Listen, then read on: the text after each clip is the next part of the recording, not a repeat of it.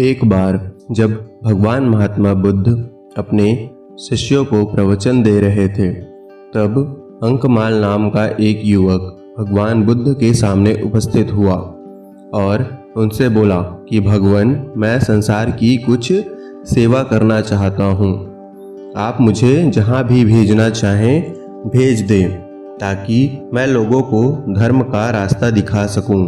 तब भगवान महात्मा बुद्ध हंसे और बोले कि तात, संसार को कुछ देने के लिए अपने पास कुछ होना आवश्यक होता है, जबकि तुम्हारे पास ऐसा कुछ भी नहीं है कि तुम संसार को कुछ दे पाओ। जाओ, पहले अपनी कुछ योग्यता बढ़ाओ, फिर संसार की भी सेवा कर लेना। तब भगवान महात्मा बुद्ध की बात सुनकर अंकमाल वहाँ से चल पड़ा और वह भगवान बुद्ध के कहे अनुसार विभिन्न प्रकार की कलाओं को सीखने के अभ्यास में जुट गया। वह बाण बनाने से लेकर चित्रकला तक और मल्ल विद्या से लेकर मल्लाहकारी तक जितनी भी कलाएं हो सकती थी, उन सब की उसने 10 वर्ष तक कठोर अभ्यास किया।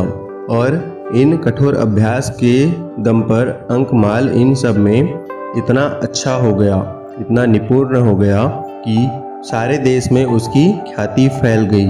और अपनी इस ख्याति और प्रशंसा से अपने आप ही प्रसन्न होकर अंकमाल अभिमान पूर्वक लौटा और तथागत बुद्ध की सेवा में उपस्थित हुआ। और अपनी योग्यता का खुद से ही बखान करते हुए उसने कहा कि भगवान, अब मैं 64 कलाओं का ज्ञाता हूँ और अब मैं संसार के प्रत्येक व्यक्ति को कुछ न कुछ जरूर सिखा सकता हूँ। तब उसकी यह बात सुनकर भगवान बुद्ध मुस्कुराए और बोले कि तात, अभी तो तुम इन कलाओं को सीख कर ही आए हो, पहले इसकी परीक्षा दे लो, तब उन सब पर अभिमान भी कर लेना।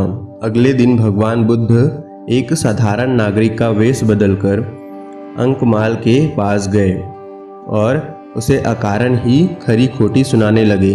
तब वह अंकमाल नामक युवक क्रुद्ध होकर भगवान बुद्ध को मारने के लिए दौड़ा, तो भगवान बुद्ध वहां से मुस्कुराते हुए वापस लौट पड़े। और फिर उसी दिन 2 बौद्ध भिक्षु सश्रम वेश बदलकर अंकमाल के समीप जाकर बोले कि आचार्य, आपको सम्राट हर्ष ने मंत्री परिषद देने की इच्छा व्यक्त की है, क्या आप उसे स्वीकार करेंगे? तब उस युवक को लोभ हो गया। उसने उन दोनों भिक्षुओं से कहा कि हाँ, क्यों नहीं, अभी ले चलो मुझे। और तब दोनों भिक्षु सश्रम मुस्कुरा दिए और चुपचाप वहाँ से लौट आए। तब अंकमाल काफ़ी हैरान हुआ कि बात क्या है। तभी थोड़ी देर बाद भगवान बुद्ध पुनः उपस्थित हुए और अब की बार उनके साथ आम्रपाली भी थी। और अंकमाल जितनी देर तथागत बुद्ध के साथ वहाँ रहे, तब तक वह आम्रपाली की ओर ही बार बार देख रहे थे। उनका ध्यान भगवान महात्मा बुद्ध की बातों में नहीं था। लेकिन जब बात समाप्त कर भगवान महात्मा बुद्ध आश्रम को लौटे, तब सायंकाल अंकमाल को बुद्ध देव ने पुनः अपने आश्रम में बुलाया और उससे पूछा कि वत्स, क्या तुमने क्रोध, काम और लोभ पर विजय की कला भी सीखी है?